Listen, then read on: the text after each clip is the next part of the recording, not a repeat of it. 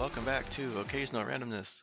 I'm your host, Eric Scott, and joining me, as always, my fellow co-host, somebody who knows what to do with secret plans, Jason Johnson. Unfortunately, many Bothans were killed in the making of this podcast. Nope, wait, I misread that. No Bothans were killed in the making of this podcast. Uh, no Bothans were mentioned in the movies. Or anyway, go ahead. Nope, they're not killed until the second Death Star, much later. Oh, really? Did I just mess that up completely? Now, that's what I was thinking too, and I was like, wait a minute, where are the Bothans? And I'm like, oh yeah, that's when Mon Mothma says, many Bothans died, whatever. That's Death Star 2. Well, speaking of Mon Mothma, Yeah, we see some more of her tonight as we conclude our Andor Season 2 watch with the fourth and final 3-episode chapter. That's episodes 10 through 12 for you math inclined people.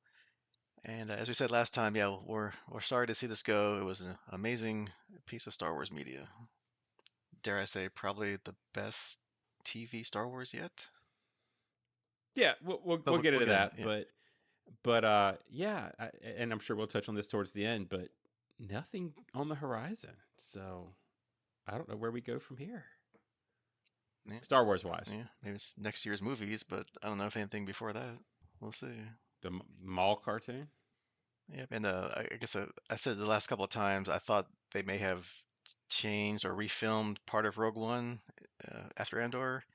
And nope, now that I've trying to not be spoiler free anymore because I've watched them all, no, that wasn't it. Apparently, it was people's opinions about Cassian had changed as a result of Andor, and they had new viewpoints or a new appreciation of his character. So I guess that's again what you get when you try to avoid spoilers and you see part of a headline before you fast scroll somewhere else. So Yeah, misreading to try not to read is a tough skill. So I get you. yeah, and of course I did go watch Rogue One again after Andor, and I guess it kind of made it even more depressing than it already was, at least to me, since now you got more backstory on what Cassian had gone through before the movie, and unfortunately his journey ends there. So it's like, oh well. Well, I'm sure he had nothing to live for with since Bix left him, and I'm sure there was no uh, reason for him to get back with her later on or anything like that. So Yeah, not like some final scene that shows something. It's like, oh wow, he doesn't even know about that. Oh well, and he never will. never will. So, we'll get into that later too. And yeah, our little public service thing as always. If you like what we do here, please give us a like or a review, or tell people about this little podcast here. We'd appreciate it so much. Okay, so the final 3 episodes of Andor. So we'll start at episode 10, of course, because that's where we start. Really? Yeah, this time around. Okay, that's you get to call it. So go for it. Man, at least this time I got the numbers right on the episode, so that's Or you know, I could just not just read what's in front of me, but yeah, failed at that too. So anyway, you could create a totally different recap. I don't know. But yeah, so episode 10, Make It Stop. 1 year, as always, after the events of last time on Gorman, Lieutenant Young reports to Luthen that the Empire's grand energy project is actually a weapon,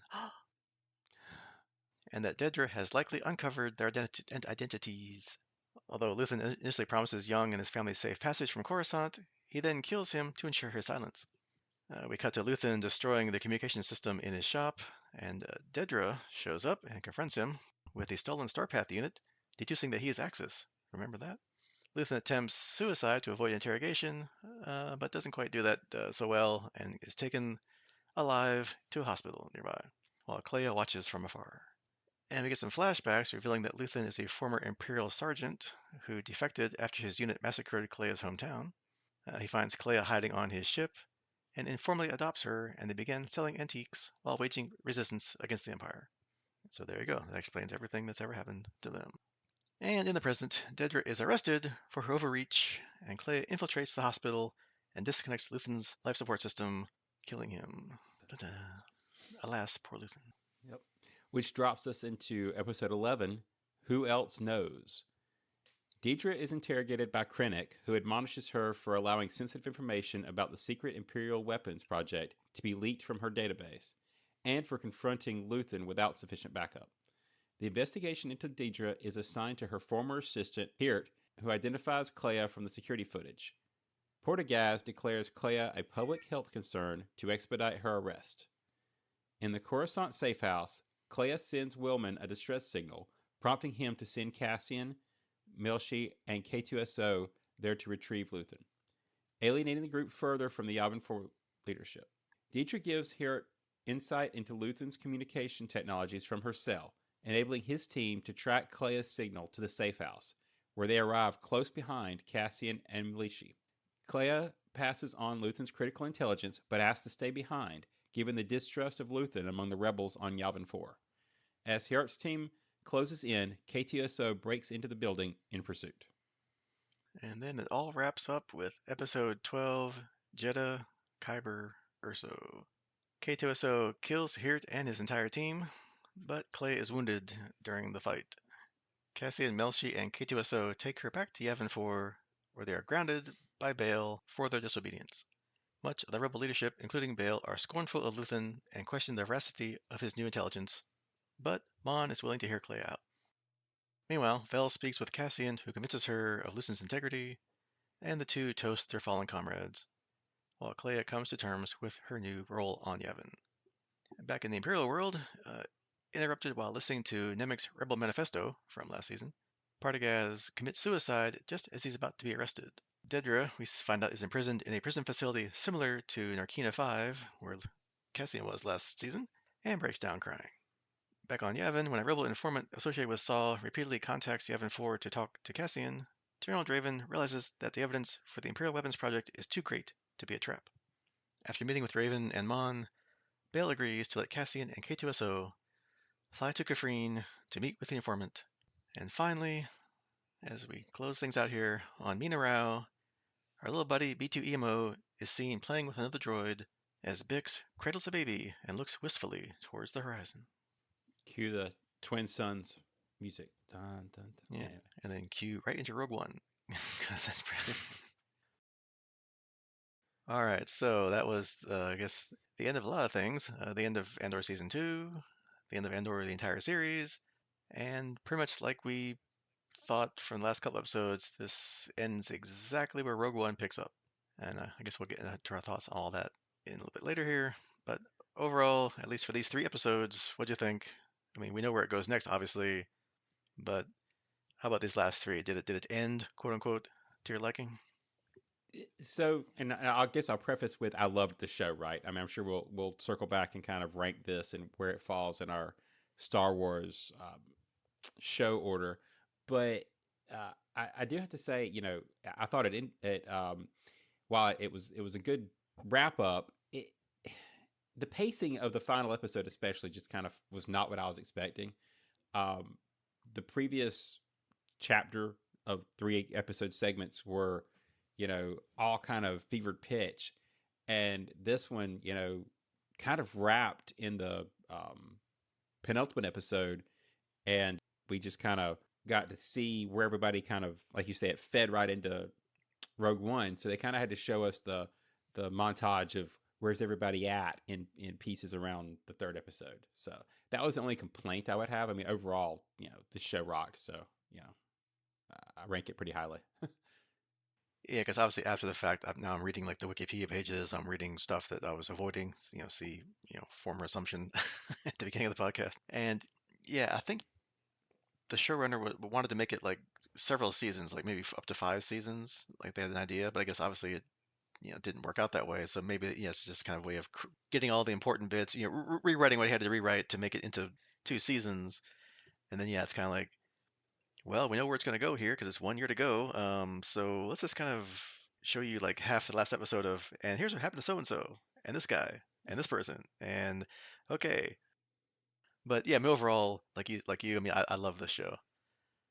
It ended great, obviously, because it wraps up everything you need to know about the characters that you've been invested for the last 23 and a half episodes, right? And for those characters that did not go forward into Rogue One, And then obviously Rogue One, you see what happens to the rest of them. But yeah, I mean, I pretty much liked where the surviving characters ended up. Uh, as we'll get into more of that, I thought it was kind of appropriate. And I, of course, as we'll probably talk about here later, loved that we got just a tiny bit more of K2SO because those scenes were hilarious. Yeah, I'll definitely agree with that.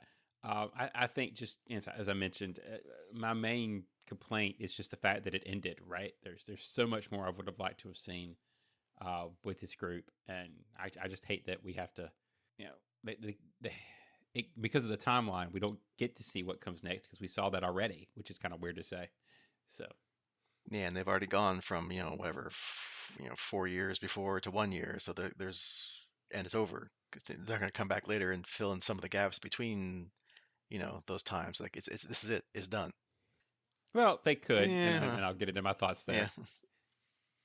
yeah. Or do a different, perspective like we've talked about, but yeah, it just won't be the same kind of stuff. So There could be a whole Star Wars show called From a Certain Point of View, and they just kind of bounce around from viewpoints of different characters from scenes we've already seen. So yes, let's kind of dive in here and get our final thoughts here on stuff. So as always, we open up with, 1 year later, and this time it's -1 BBY, so this is it. Right? There's not much left to go. And things are starting to both come together for our main characters and fall apart for other characters. Stuff that's been building since season one. It's got to all wrap up here, right? So, Lieutenant Young wants to meet with Luthen and basically is like in a panic that everything that's been happening on Gorman and ever else is because they don't need a new energy source. It's a new weapon. And he knows that because he's been hacked into Dedra's computer for like the last 2 years and got it from there. And now he thinks she knows about it. So now, of course, he wants Luthen to get him and his family off of Coruscant.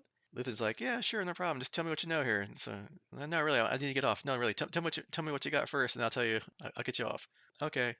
He tells him, and then we cut away to seeing Young slouch on the bench. You're like, okay, yep, listen, he's dead. So, Yeah, we wondered where Cassian learned his bedside manner on how to deal with informants, and I guess we see it here, right? So yep. So yeah, Luthen just kills him and moves on. He's got things to do, and he's got to do it now, right? So that seemed to be pretty much in character with Luthen. He's like, okay, we're just gonna scorched earth burner thing and then get out of here. So, yeah, I mean he and he's not our cuddly rebellion, right? Like we talk about the Rebel Alliance being a grouping, a coming together of all the different rebellions that have been going on. Luthen probably falls closer to Saw than he would like to admit in tactics, and a little more cloak and dagger to Saw's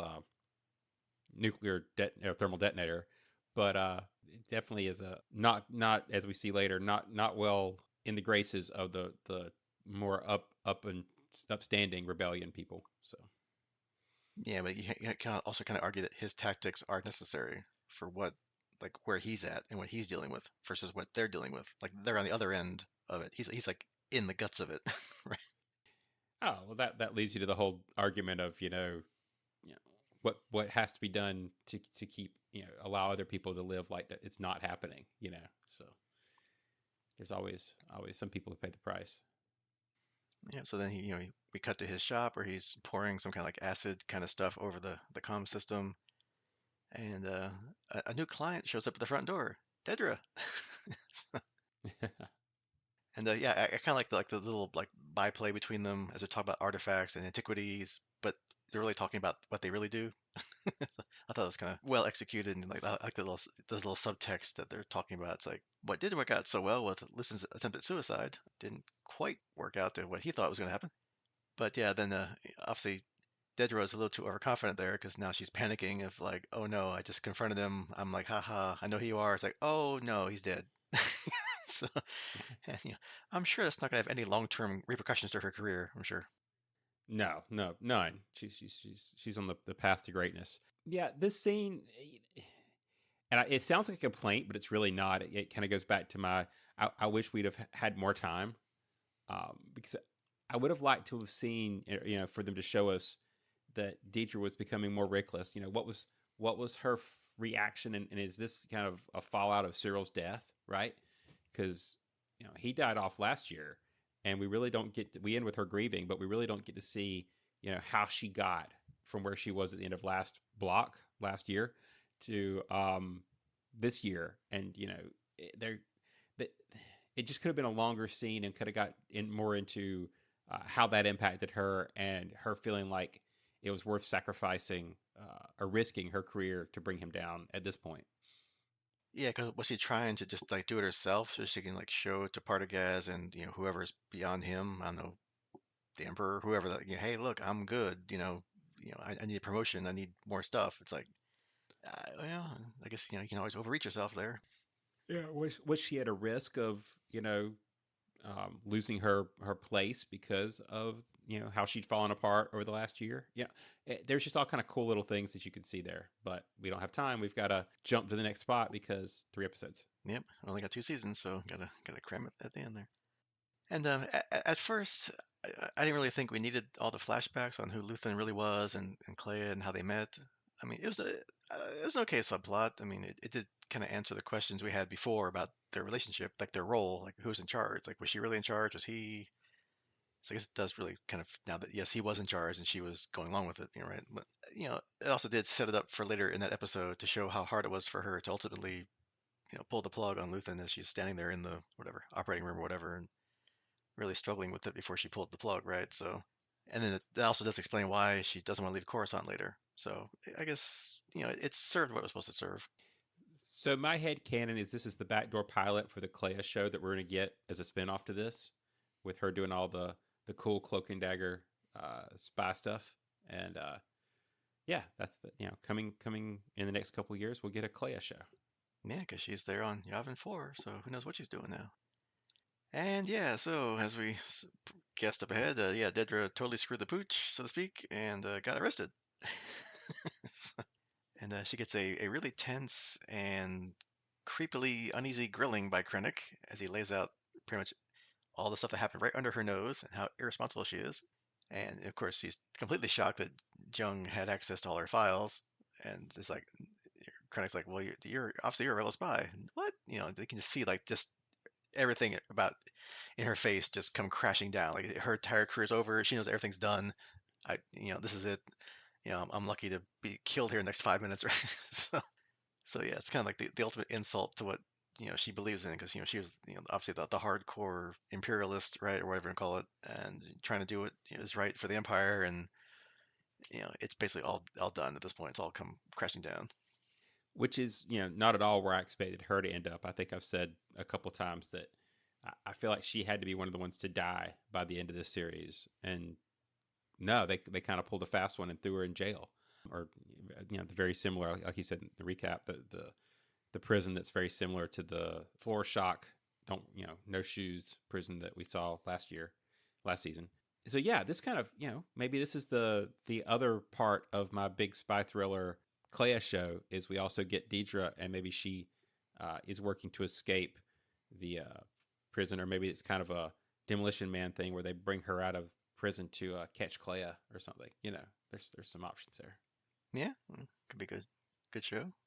So I'll be workshopping that with Disney, just Okay, yeah. waiting for them to call me back. So And yeah, so Kleya gets off a distress call to Wilmon, and of course, Cassian, don't leave anybody behind kind of thing, or actually thinks it's Luthen, not Kleya, right? So he's gonna go help Luthen out. So he, of course, borrows quote unquote the Ewing again, and he and Melshi. surely the last time we see that. Yeah, I mean that's not happening again.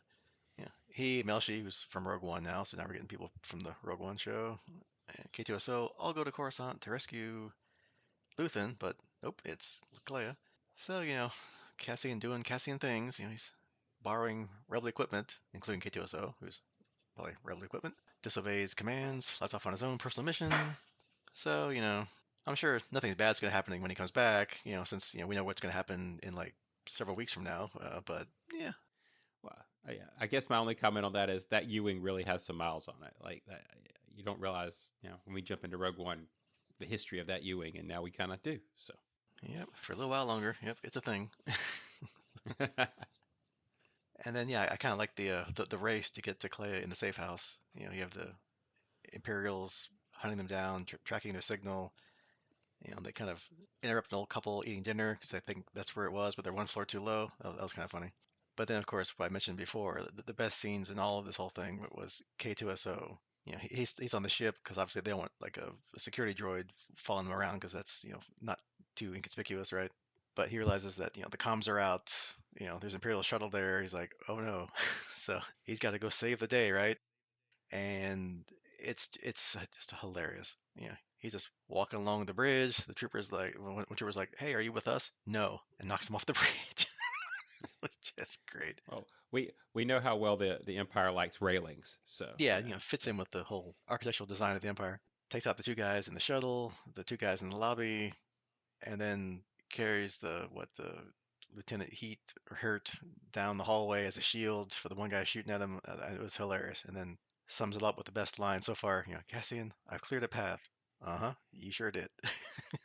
yeah, there was definitely some good lines there. I mean, bringing back Alan Tudyk to do the voice and keeping the consistency with K2SO was an important part of this, and it definitely showed how important that character is going to be in a future movie or past movie. Anyway. Yeah, future past, past future.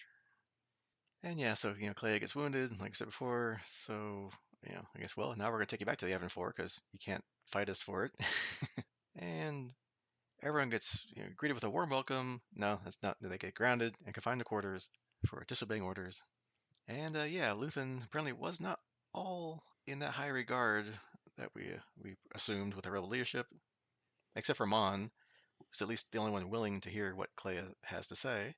I'm gonna guess probably because she owes her life to Luthen and her escape from Coruscant to Luthen and Cassian, but more to Luthen, who gave her the heads up warning. So it's like, okay, fine.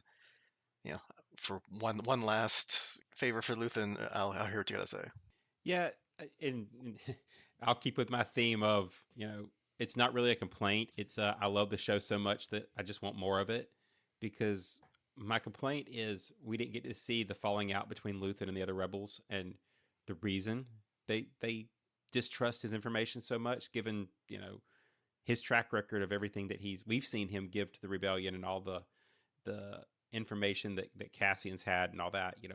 Why would they disregard the information? It would have been nice to have seen that, but it really just comes down to I want more of the show. So they could have just stretched it out and I'd have been happy. Yeah, I mean, I guess unless they just didn't want to show that, or yeah, I don't know why. Maybe again because of time, right? Yeah, I definitely get the economy of scale. It just when you've got it goes back to the difference in, and I'm not complaining of any of the shows we get because these shows are so good they're just so far between. But I grew up on the 24 episode seasons, right? And I'd love to have that type of experience with this content, this quality of content with that length of episodes. I guess is what I want.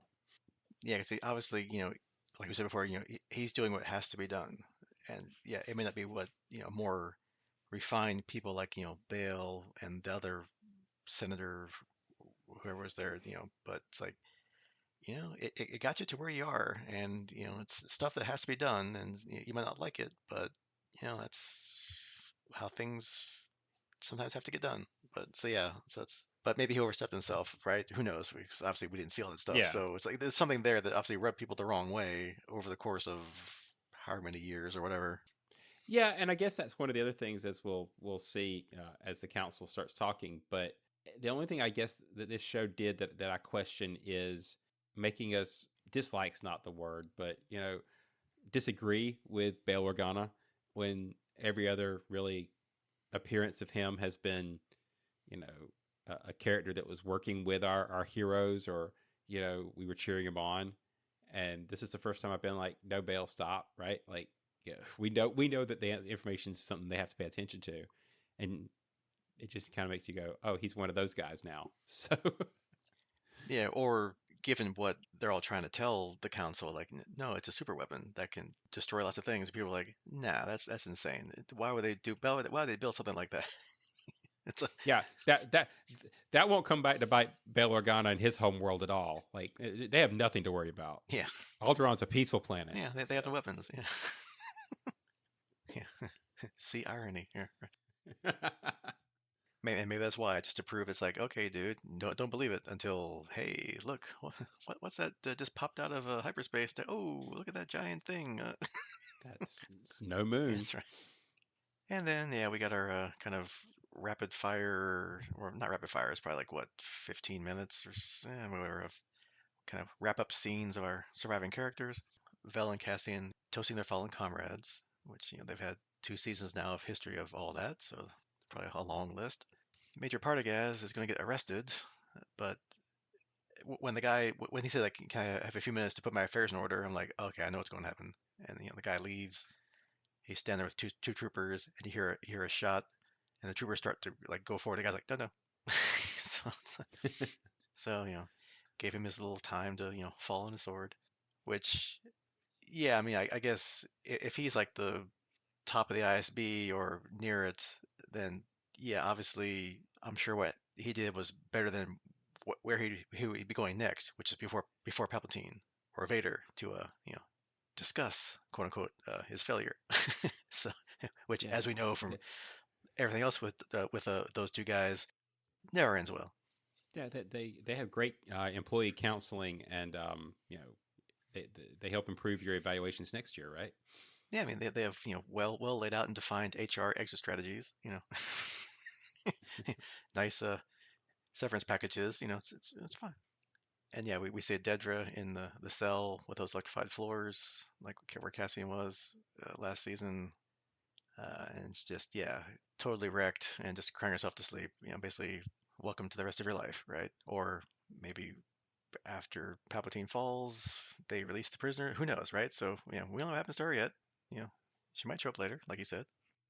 Yeah, yeah. Maybe she'll return somewhere. Probably not, but I, if nothing else, there's some good like fiction they could pick up out of that. Like put it in the book universe or something. I don't Hmm. know. So Yeah, and then our final couple scenes here, the Rebel Council finally comes together and finally comes to the agreement that, well, I guess we can't afford not to do anything with this intelligence that Kleya and Cassian have almost given their lives for about, this Imperial superweapon, so to speak. So, and then also adding on the fact that this one informant in Saw Gerrera's group keeps calling them about it too, because what's happening on Jeddah as, opening of Rogue One. So they finally agree to let Cassian and K2SO go meet with them. And they go into the U-Wing again, and that's exactly where we'll find them later in Rogue One. So, but that's not the end. There's one more scene after that. And we cut to Mina Rao back from the first episode of the season. And I was happy to see our little droid buddy P2EMO there. And he's rolling around, happily chatting with another droid, playing with another droid. So I'm like, oh, how cute. And then I didn't know who it was at first because it's been a couple episodes, right? So, short-term memory, right? I see, someone's walking through a field, and I'm like, oh, wait, that's Bix. That's right. Okay, so that's where she went.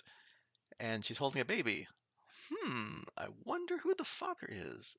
yeah, we'll never know. I mean, it's not important. Don't worry about it. Yeah, I mean, Nothing to see yeah, but here. there's no reason to make wild speculation or anything. It's No, no, no. Some farmer. It's fine. Yeah, no, totally agree. I did love getting closure on some of the characters as much as I kind of griped about the way the pacing felt off on the last episode, especially B2 Emo, right? Because I was really worried that when he got left on Mina Rao at the very beginning of the season that was going to be the last we saw of him. And it's like, no, we didn't forget. He's still there. So that was really well done. yeah, 'cause I wondered like where he would end up because before they left him behind on Amina Rao. But yeah, it's like, well, you got K2SO, who's obviously the attack droid. So you can have the little cutesy droid around with you, and he's not in Rogue One, right? So what happened to him? They didn't just like ignore him, and they give him his ending scene too. So, Right. And like you said, at a much happier place than he's really been the entire show. Like, he's not been the most upbeat droid, so yeah, I kind of mean, nice to yeah, him to get a happy ending. since Cassian's adopted mom died, he's been kind of like this Mr. Depressing droid there. But he's a happy guy. He's supposed to be happy. So, He was pretty depressing before, so yeah, kind of. But he was cute. As most droids in Star Wars are. yeah, he'll be an option at the Droid Factory next Hmm. year. Just wait. And yeah, I wonder if that's also another reason why Bix left. Like she didn't want to hang around the rebellion, with the baby coming, right? And possibly going on a mission, or if Yavin got attacked, not quite yet, but it will. It will here. So yeah, I mean, she made a good choice too of disappearing at the right time, I guess. Well, and it adds to the draw of Cassian to leave the rebellion, right? I mean, he was willing to walk away from the rebellion for Bix.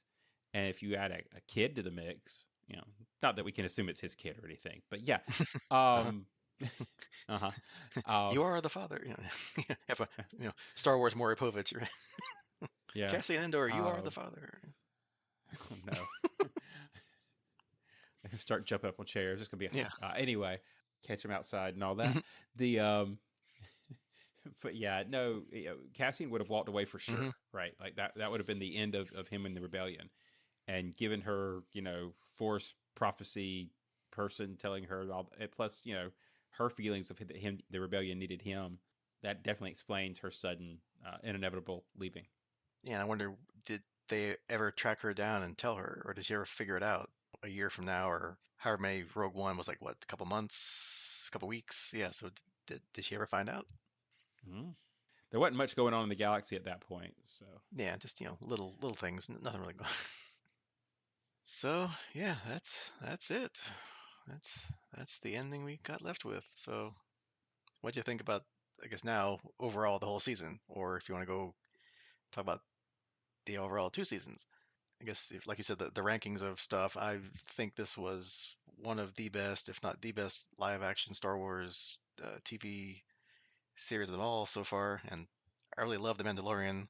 And as you heard from our Ahsoka recap, we loved Ahsoka too. So, but this one just seemed to have that just so much more depth of characters and stories. Like maybe it's just because of this of the spy genre in general, like all the espionage and subterfuge and like chess pieces kind of things. I don't know if that just I have more love of that, and it does work surprisingly well in the Star Wars universe, as we've seen Star Wars be a framework for other kinds of plot lines like heists and comedies and westerns and spy. It fits right in. So everything fits right into this sci-fi framework.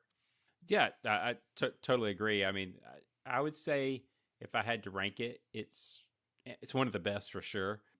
And like you said, each one kind of fits a different niche. Mando doing the action adventure, little westerny thing. Skeleton Crew was the Goonies style adventure, and honestly one of my favorites because that's my genre right there. Like they hit that one targeted at me. I was their target audience. But the spy thriller, that's a big one, and I kind of compare it to the early days of the MCU, right?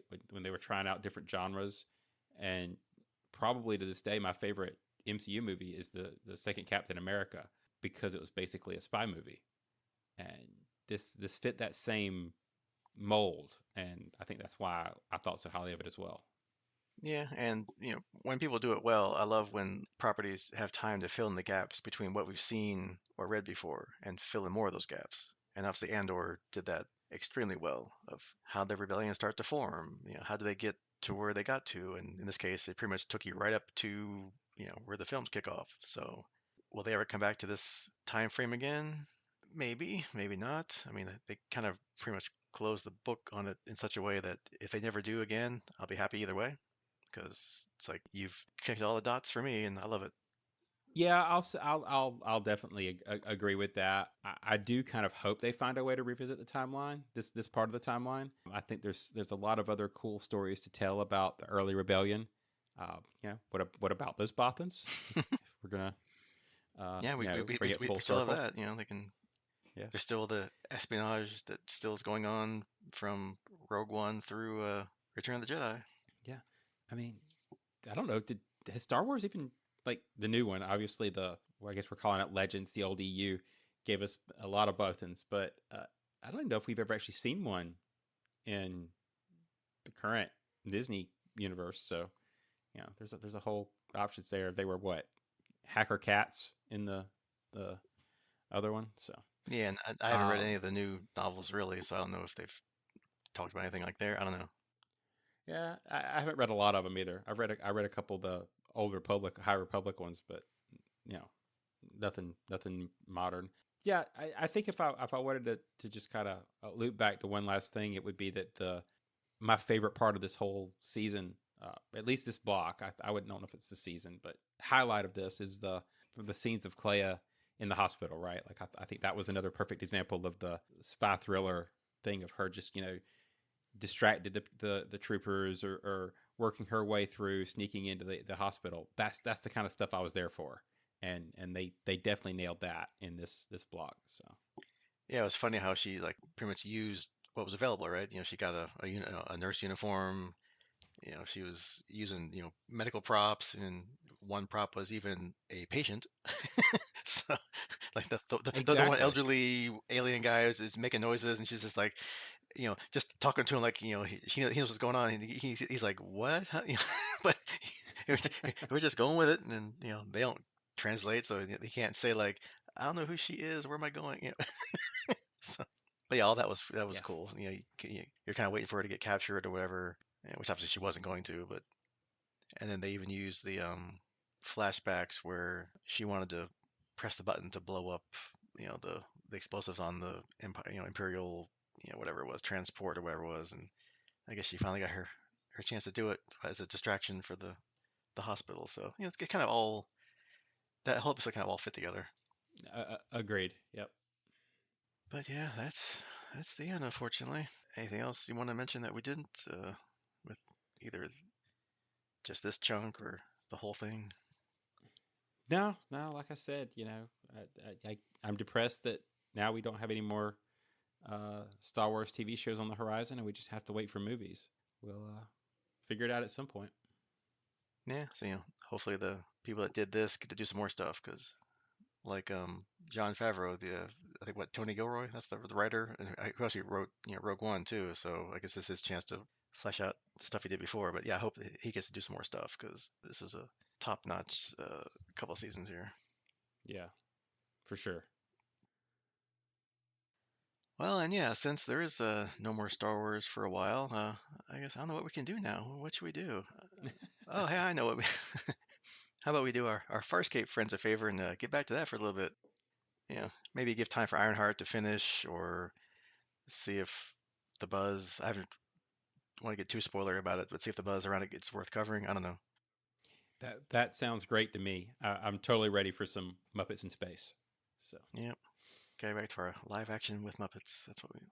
So, for you Farscapers out there, your homework for next time will be going back. If you can look all the way back to when we last did Farscape, that would be season 4, episode 12, Kansas, which I guess we kind of left in a kind of a fun spot because this was the second episode in a three-part set. So we kind of have been stuck in a cliffhanger for the last few months since obviously the newer, shinier things have taken our attention away. wow, I forgot we left on a cliffhanger. I'll have to do my own homework. Yeah, because that's the one before it with the minimalist set of him being on an iceberg in some water, and then he jumps through the wormhole and thinking he's gonna go back to Moya, and he winds up floating in a spacesuit above Earth, and he's like, "Ooh." Yeah, that's right. We left it as we're staring at the planet Earth, and where do we go from Yeah, here? because obviously he's got no ship, and Earth has no real vehicles to come up and get you, and not that they even know you're there because you're a little tiny guy on big space. So it's like, it's like, oops. So, That's why they call it space, because there's a lot of it. yeah, space. It's really big. If you ever read Douglas Adams' Hitchhiker's Guide to the Galaxy, there's a whole opening bit on space. Space. It's really big. Yep, it's really big. Mind-blowingly big. And some, grab your towel and join us next time for Hitchhiker's Guide. No, no, no, wait, no, Farscape, Farscape. Yep, Got it. Farscape. Yeah, that thing we used to do back then. We should put Hitchhiker's Guide on the list at some point. Yeah, That'd be fun.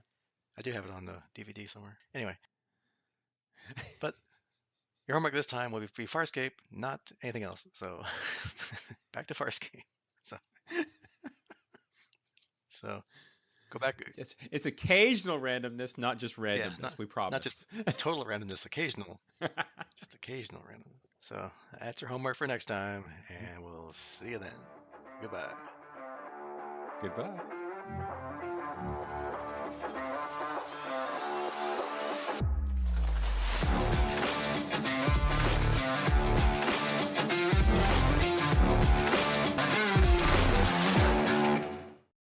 Welcome back to what? Hey, what? Take Recording. take two.